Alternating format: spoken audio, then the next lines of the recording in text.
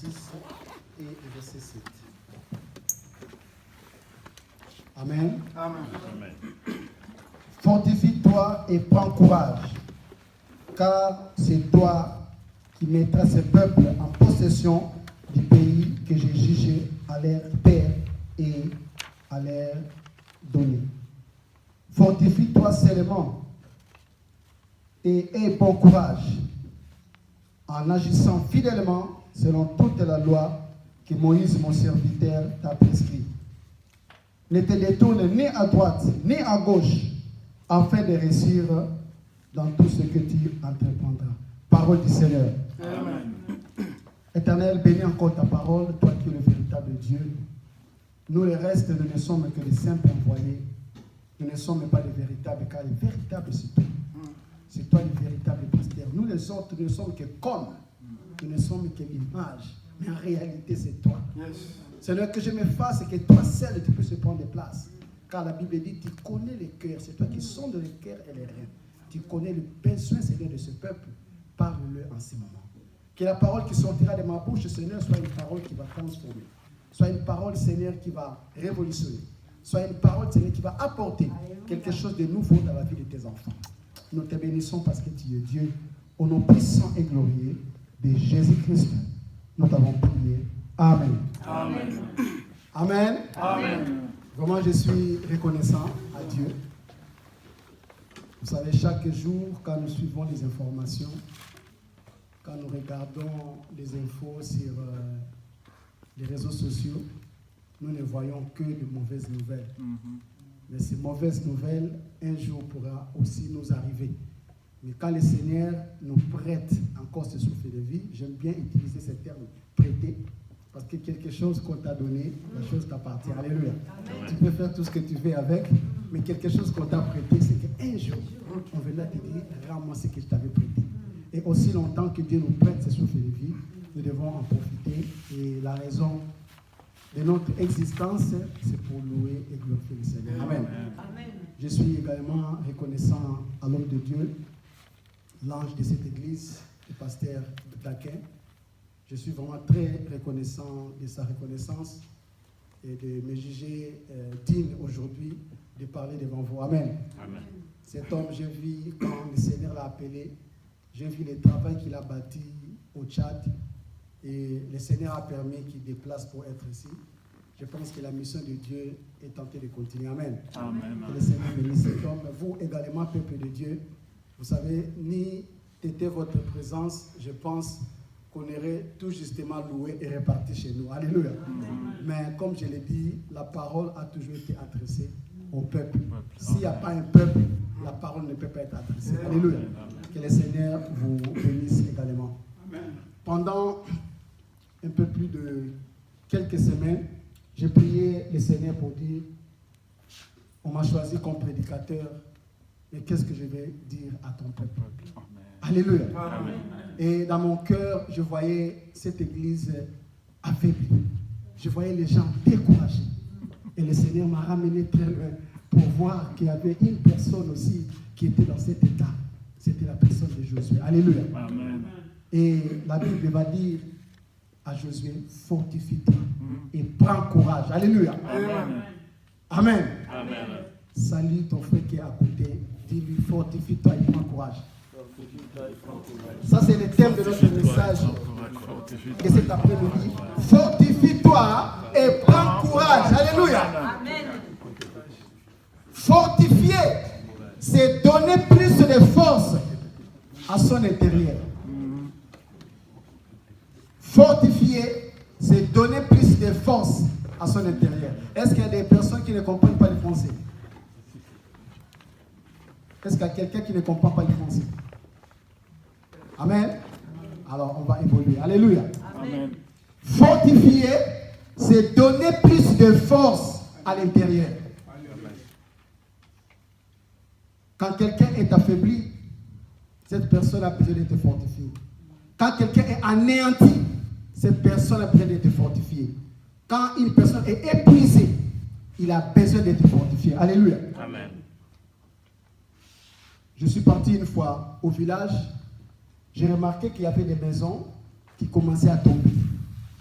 des maisons qui sont faites par du bois et de terre. Alléluia. Hein? Nos enfants peut-être ne connaissent pas ça, ils voient seulement dans la télé. Mais souvent, ces maisons, quand ils commencent à s'affaiblir, on vient renforcer cette maison. On met le bois, on renforce. Alléluia. Amen. Ça signifie on est tenté de lui donner sa force. C'est ça le vrai sens du mot fortifier. C'est donner de la force à l'intérieur de l'homme. Amen. Amen. Fortifier ceux qui sont affaiblis. Fortifier ceux qui sont démolis. Alléluia. Vous savez, aujourd'hui, si vous regardez la vie intérieure des personnes, je ne parle pas de la vie extérieure. Parce que la vie extérieure, l'apparence te dira que cette personne est bien.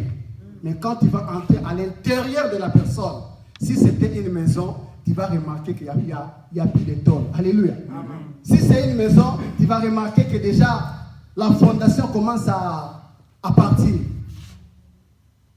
Et c'est la vie que les chrétiens vivent aujourd'hui. Soit c'est nos comptes en banque. Quand les mois finissent, nous sommes déjà en découvert. Quand le salaire va passer, c'est les découvertes qui les prennent. Soit on est endetté par telle situation. On vit une situation de répétition. On se demande, mais Dieu, qu'est-ce qui se passe? Alléluia. Amen. Ma prédication de cet après-midi va s'adresser à 3 personnes. Je pense que tu es parmi ces personnes-là. Amen. Ma prédication de cet après-midi va s'adresser premièrement à ceux qui ont l'impression qu'ils ont beaucoup lutté, mais rien ne change. Beaucoup lutté, mais rien ne change. Il a fait beaucoup de choses. Ils ont dit non, si tu fais cela, ça va donner ceci. Il a essayé, ça n'aboutit pas. Non, change l'histoire, change les noms, change ceci. Il a tout essayé. Mais il se rend compte que rien ne marche. Et cet après-midi, cette prédication est pour toi. Alléluia. Amen. Alléluia. Amen. Deuxième personne qui est concernée par cette prédication, ce sont les personnes qui voient comme s'ils sont abandonnés. Ils se voient abandonnés, épuisés. Il n'a plus de force d'avancer. Il se dit, mais à quoi bon? Vous savez, je ne sais pas si en Hollande vous vivez des suicides dans des gares, dans des métros. Je ne sais pas si vous vivez ça ici. À Paris, on vit ça plus souvent. Mais souvent, on dit que c'est les blancs. Parce que nous, les noirs, on a un peu... Alléluia. Mais ces personnes qui arrivent jusqu'à décider de ne plus vivre, ça signifie qu'il a tenté toutes les solutions. Pour cette personne, la solution, c'est de mourir. Il y a beaucoup de personnes aujourd'hui, ils ont frôlé cette frontière de la mort. Ils ont jugé bon de ne plus vivre. Parce qu'ils sont découragés. Ils se disent, mais moi je croyais que l'Europe, ça devait être comme ça, comme ceci. Mais je me rends compte que l'Europe est encore plus difficile. Alléluia. Cette prédication est pour toi. Troisième personne, c'est celui qui ne croit plus aux promesses de Dieu. La personne vient prier, on prêche la parole, mais la personne n'est plus là.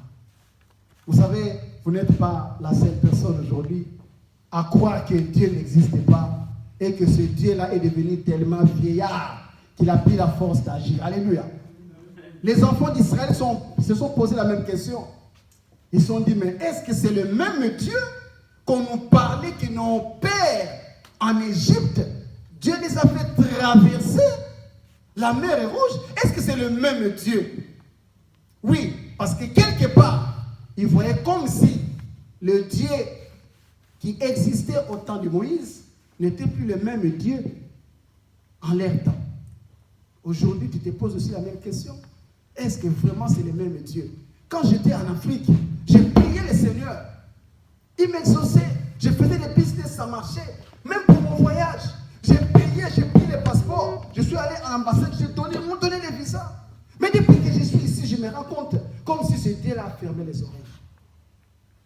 Les promesses de Dieu pour toi, c'est comme si ça n'existait pas. Quand on parle de la parole de Dieu, quand on prononce la parole, pour toi, c'est comme des blabla. Alléluia. Amen. Mais Josué avait besoin d'être fortifié. Pourquoi Dieu va dire à Josué, fortifie-toi, prends courage. Josué, ce n'est pas n'importe qui. C'est un soldat, c'est un guerrier. C'est un guerrier, c'est quelqu'un de fort, de vigoureux. Mais pourquoi Dieu va dire à cet homme, fortifie-toi et prends courage? C'est que Dieu avait vu qu'à l'intérieur de Josué, il y avait quelque chose qui n'allait pas. La première des choses, c'est parce que Moïse n'était plus. Alléluia. Amen. La mort de Moïse, dans le verset 1er, la mort de Moïse va affaiblir Josué. Dans le verset 1er, Josué 1.1, la Bible dit, après la mort de Moïse, serviteur de l'Éternel, l'Éternel dit à Josué, fils de Nun, serviteur de Moïse. Verset 2, Moïse, mon serviteur est mort. Maintenant, lève-toi, passe ce Jourdain, toi et tout ce peuple, pour entrer dans le pays que je donne aux enfants d'Israël. Lève-toi. C'est que Dieu avait vu que la mort de Moïse avait affaibli Josué. Vous savez, il arrive qu'on trouve que sans ton père physique, biologique, tu ne peux pas. Parce que c'est lui qui paye pour toi, qui paye les minervales, qui fait ceci pour toi. Tu te rends compte que votre grand frère, c'est lui qui faisait tout pour vous. Mais un jour, cet homme est parti.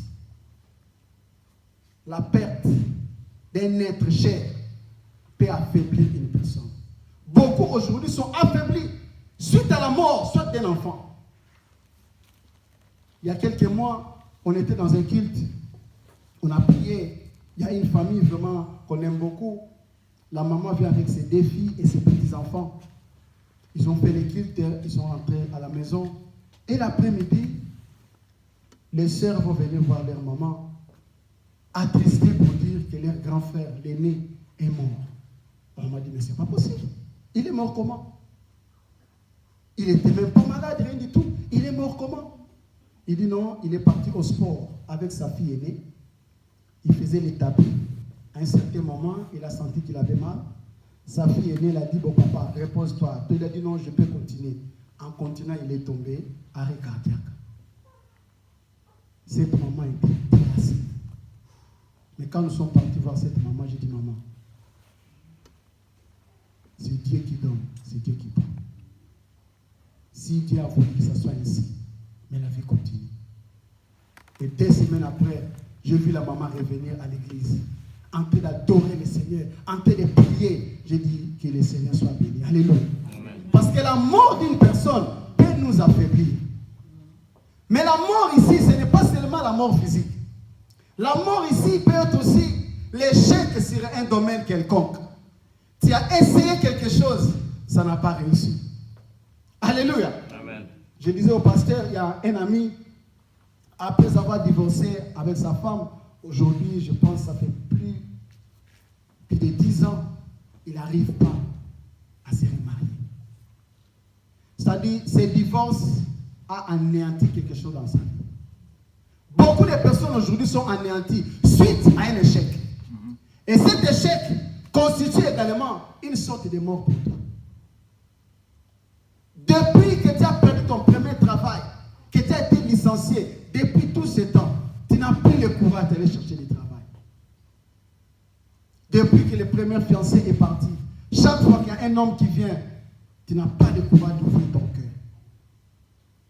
Chaque fois qu'il y a un échec dans notre vie, cet échec peut être l'occasion pour nous de nous faire tomber ou de nous faire reculer. Alléluia. Amen.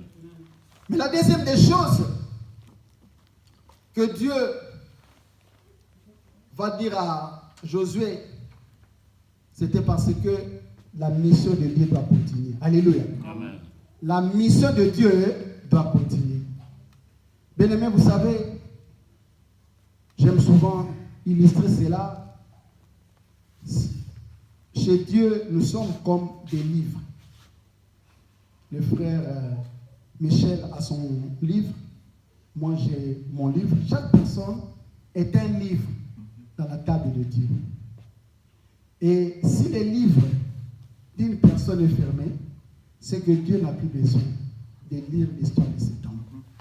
Mais si ton livre est encore ouvert, c'est que Dieu a besoin de lire encore ton histoire. Amen. J'ai prie le Seigneur que ton livre reste encore ouvert pour que Dieu puisse encore t'utiliser. Alléluia. Amen. Et la mission devait continuer. Ça, c'est la deuxième raison. La première raison, on a dit, Dieu va dire à Josué de se fortifier et de prendre courage parce qu'il sait que Moïse n'est plus. Israël, pour eux, Moïse, c'était une forme de sauveur. Il n'est plus là. L'homme à qui il comptait, il n'est plus là. Mais Dieu dit, fortifie-toi. La deuxième raison, c'est que la mission de Dieu doit continuer, bien-aimé. La mission de Dieu doit continuer. Bien-aimé, même si le premier est parti, la mission doit continuer. Car Dieu a un plan pour chacun de nous. Ce plan-là doit se réaliser.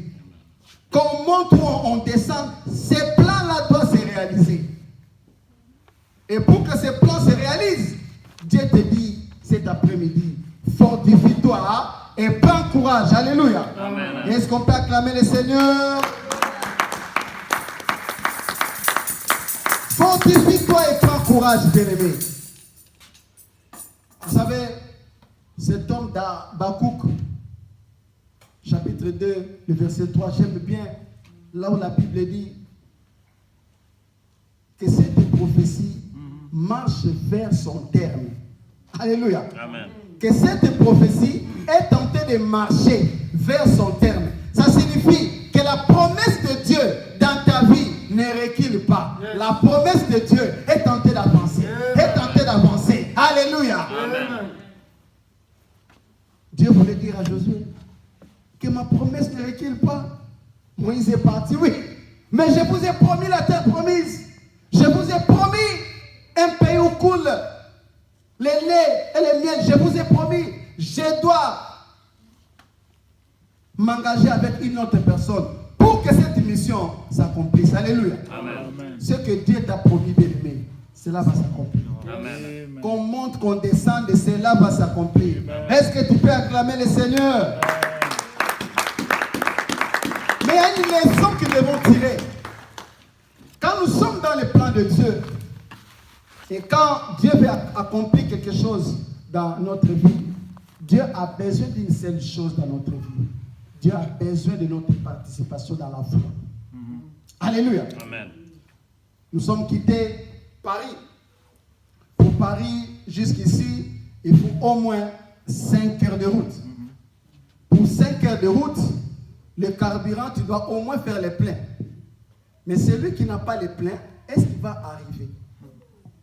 Alléluia. Amen. Est-ce qu'il va arriver?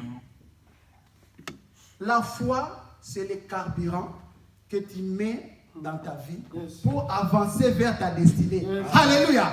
Si tu ne mets pas le plein, bien aimé, c'est pourquoi nous voyons dans l'église un chrétien zélé, parce qu'on comprend que son carburant se débarre. Alléluia. Se débarre, il va pousser. Il va pousser. Il s'arrête. Mais la destination est là-bas. Il s'arrête ici. Il faut que le pasteur l'appelle pour lui dire, bien aimé, comment on ne te voit pas? Parce qu'il a mis des débats. C'est lui qui fait les plaies, bien-aimé. Oh, qui pleuve, qui neige. Il est toujours là. Parce qu'il sait ce que Dieu lui a promis. Il aura. Amen. Mais pourquoi ta foi est de débat? Alléluia. Amen. Pourquoi ta foi est de débat? J'aimerais que ta foi, cet après-midi, soit full. Alléluia. Amen. Parce que Dieu, la Bible dit, il n'est pas un homme. Ce qu'il a dit, il est derrière sa parole pour l'accomplir. Alléluia. Amen. Dans Josué, chapitre 23, le verset 14, la Bible dit qu'aucune parole de Dieu n'est restée sans effet. Aucune parole de Dieu est restée sans effet. Dans Hébreux 11, On nous dit, même Sarah, qui avait douté, mais Dieu, comme il a promis à Abraham, que je reviendrai, tu auras un fils. Comme Dieu il a dit, il était obligé d'accomplir. Si Sarah a eu l'enfant, c'est quelque part parce que Dieu prend sa parole et il le met au-dessus de sa renommée. Quand Dieu dit quelque chose, c'est comme s'il est condamné de le faire. Alléluia. Amen. Et je prophétise aujourd'hui dans ta vie. Ce que Dieu t'a promis, même si aujourd'hui ça fait 10 ans, même si aujourd'hui ça fait 5 ans, bien-aimé, continue à croire, car cette parole est certaine, cette parole va s'accomplir. Alléluia. Amen. Un oncle peut avoir des possibilités. Mais cet oncle-là, c'est que nous disons au pays, Maboko Makas, c'est-à-dire quelqu'un qui a le médire. Il a les moyens, mais pour aider, il ne peut pas aider. Mais tu vas voir un autre oncle, il aime tellement la famille. Mais c'est quelqu'un qui n'en a pas. Il te voit, oh vraiment, mon petit-fils, vraiment, ah si j'avais vraiment, je n'ai qu'un euro là, hein, pas ça seulement, hein, achète des biscuits, vraiment, si j'avais vraiment.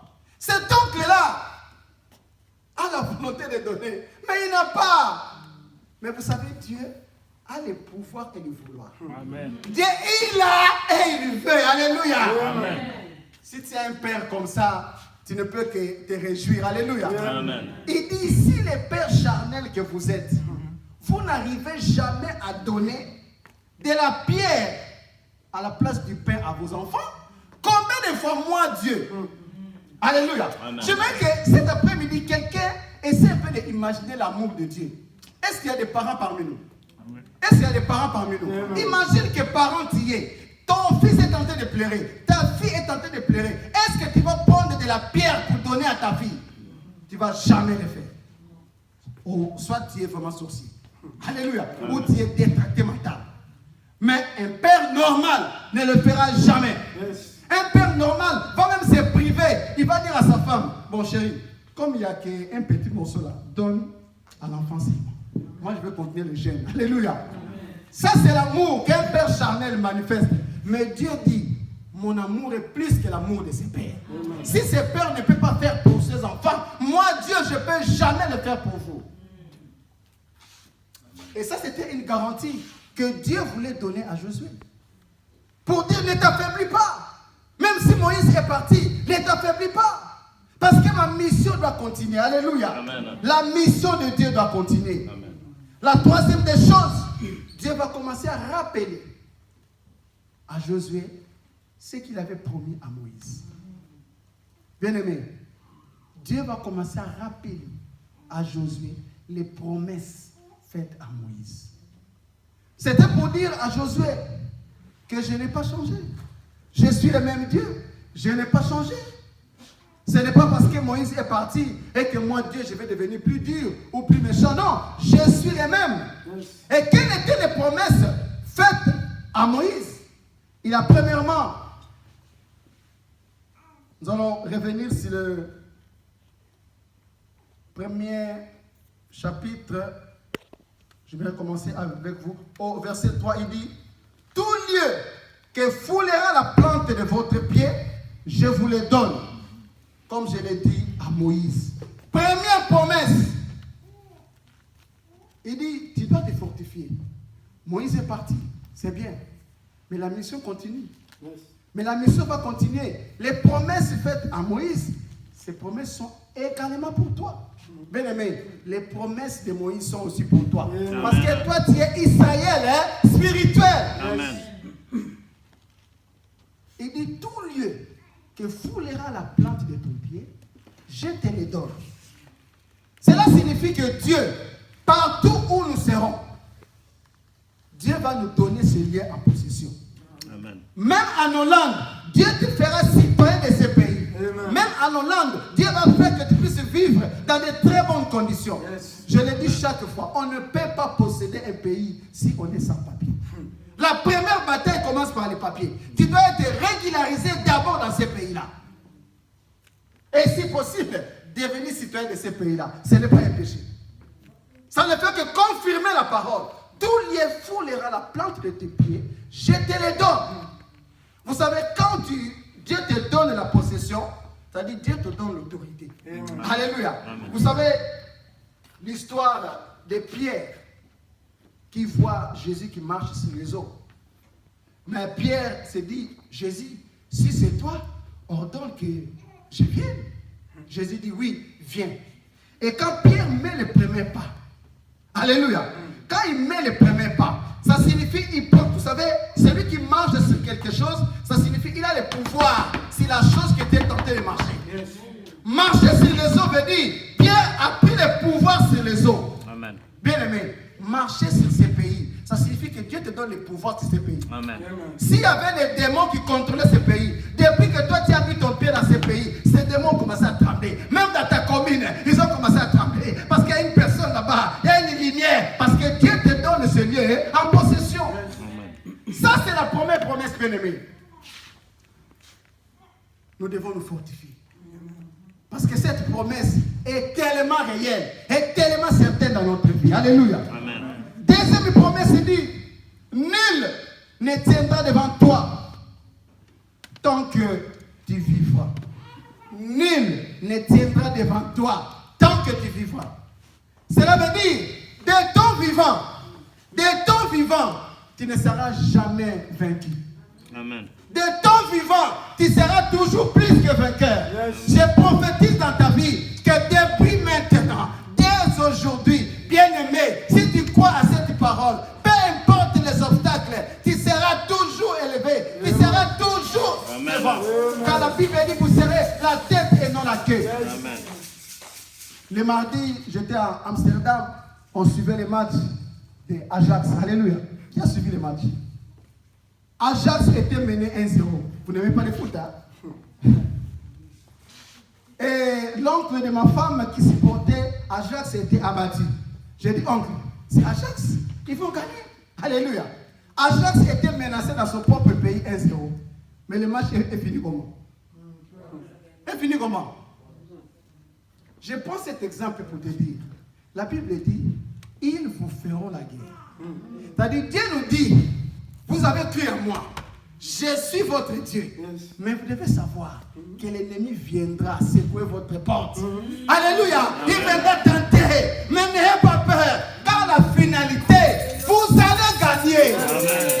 Bien aimé, ne te décourage pas. Fortifie-toi, prends courage. Parce que ce Dieu qui est en toi est plus fort que celui qui est dans ce monde. Amen. Peu importe les combats, tu seras toujours vainqueur. Parce que ce Dieu-là est un Dieu tout-puissant. Alléluia.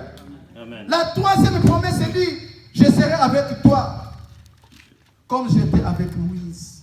Je serai avec toi comme j'étais avec Moïse. Dieu était comment avec Moïse? La Bible dit que Moïse était la personne que Dieu parlait face à face. Souvenez-vous, quand Aaron et Marie voulaient un peu comploter pour dire, est-ce qu'il n'y a que Moïse que Dieu lui a parlé? Mais le Seigneur leur a dit, j'ai choisi Moïse comme ma bouche. Alors, il a dit à Moïse, je te fais Dieu devant Pharaon. C'est Dieu qui dit, je te fais Dieu. Alléluia. Amen. C'est même Dieu dit, tout ce que je faisais pour Moïse, je vais le faire aussi pour toi. Amen. Alléluia. Amen. Je te garantis aujourd'hui, bien-aimé, tu dois glorifier Dieu. Du fait que tu sois chrétien. Du fait d'être chrétien, tu dois glorifier Dieu. Parce que ce Dieu-là, tout ce qu'il peut faire avec Moïse, il peut le faire avec toi. Amen. Je serai avec toi.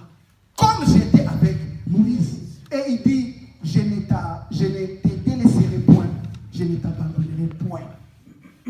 Vous savez, quelque part, on a ce sentiment d'être délaissé. Alléluia. Je ne sais pas si parmi nous, il y a des enfants qui ont vécu la séparation des parents, ou dont la mère est partie, ou le papa est parti. Même quand on est enfant, on sent ce sentiment d'être abandonné. Alléluia. Amen. C'est très difficile de vivre ça. Et beaucoup de gens aujourd'hui se sentent comme si Dieu les a abandonnés. C'est nettement amené dans ces pays. Regarde la vie que je suis en train de vivre. Le travail, je ne trouve pas. Les problèmes de papier sont bloqués. Je ne sais pas comment je dois vivre. On a les sentiments comme si Dieu nous a abandonnés. Mais je vais vous garantir aujourd'hui que Dieu ne nous abandonne jamais. Il ne nous abandonne jamais. Il est toujours là avec nous. Même si notre ennemi fait face, même si notre ennemi veut nous faire croire qu'il est égal à Dieu. Vous savez, Moïse va se présenter devant Pharaon. Et Dieu va dire à Moïse, Pharaon va vous dire de faire un miracle. Mais tu prendras la vierge de Aaron, tu jetteras par terre. Et ça sera transformé en quoi? En serpent. Et quand ils arrivent devant Pharaon, Pharaon leur demande aussi, je veux un miracle. Moïse dit, oh, Éternel, qui tu es bon. Il dit, Aaron, jette ta vierge. Aaron jette la vierge qui devient un serpent. Pharaon également va vouloir défier Moïse. Il appelle ses magiciens. Et aussi ils viennent, ils jettent le. Ça devient aussi les serpents. Mais regarde la finalité. Les serpents de Moïse, qu'est-ce qu'il va faire? Il va avaler les serpents de Pharaon. À la fin, qu'est-ce qui va rester? Combien de serpents vont rester? Combien de vierges vont rester? Un seul serpent. Un seul vierge. Ça signifie, peu importe les problèmes, d'où ça peut venir, ça finira par se canaliser. Car la seule vierge qui restera, c'est la vierge de Moïse dans ta vie. Amen. Et cette vierge, c'est la personne de Jésus-Christ par toi, bien-aimé. C'est lui qui restera. C'est lui qui sera toujours plus que vainqueur. Car je le crois. Alléluia. Amen. Ce mystère était tellement grand. Mais comment fortifier-nous? Comment prendre le courage? Premier élément pour être fortifié, bien-aimé, c'est la parole de Dieu. C'est la parole de Dieu. Pour être fortifié, tu dois écouter la parole de Dieu et mettre en pratique la parole de Dieu. Dans le livre de Josué, chapitre 1, le verset 8, la Bible dit que ces livres de la loi ne s'éloignent point de ta bouche. La bouche, pourquoi? Parce que tu dois chaque fois déclarer. Bien-aimé, vous ne savez pas la puissance qu'il y a dans la déclaration de la parole. Jésus-Christ lui-même va l'expérimenter pendant son jeûne. Qu'est-ce que le diable lui dit? Il dit, si tu es vraiment enfant de Dieu, ordonne à ces pierres de devenir quoi? Des pains. Mais la réponse de Jésus, c'était quoi? Il a repris par la parole. Ça signifie répondre par la parole.